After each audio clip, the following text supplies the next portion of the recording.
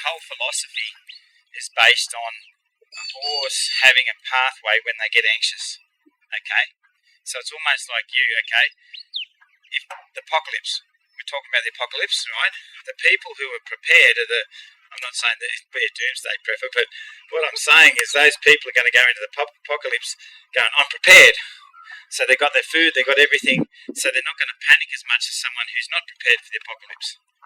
Okay, so horses, they ride out of their mate's paddock, where their friends are, out in around those floats, and they go, this is the apocalypse, how prepared am I? Do I know how to follow a rein? Do I know how to do all this? So anxiety is a natural thing that's going to happen in a natural horse herd. It's out there everywhere all the time. It's in our lives, and it motivates us to search.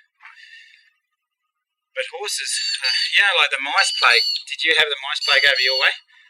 Did you ever look at the mice and wonder if they were horses? Okay.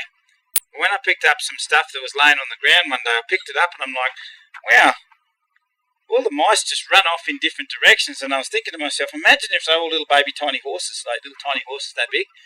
I wonder if they'd all run off in one direction or scatter like mice.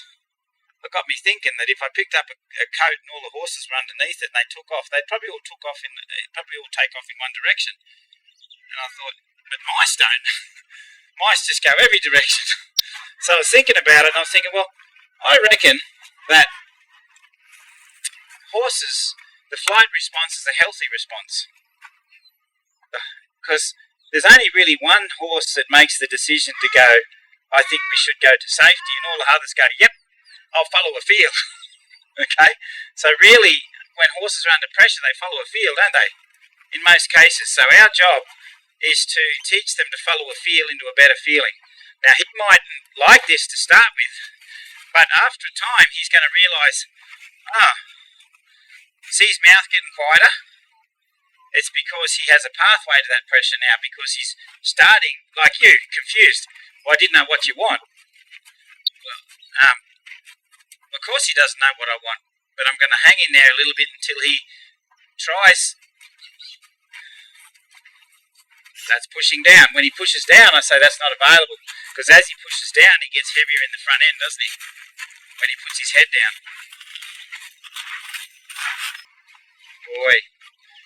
Now, I could have released him a few times there, but I would have only released him for moving his feet.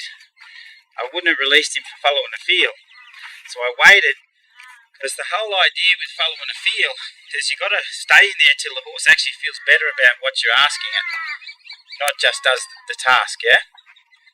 So I've got to stay in there with him until he says, I don't feel too bad doing this, yeah?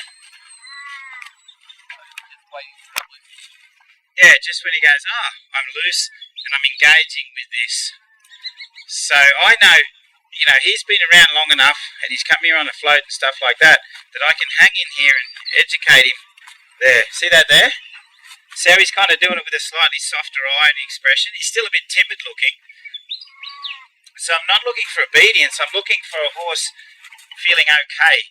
Because you've got to be able to hang in on a rein until the horse says, this is okay. I feel okay about this.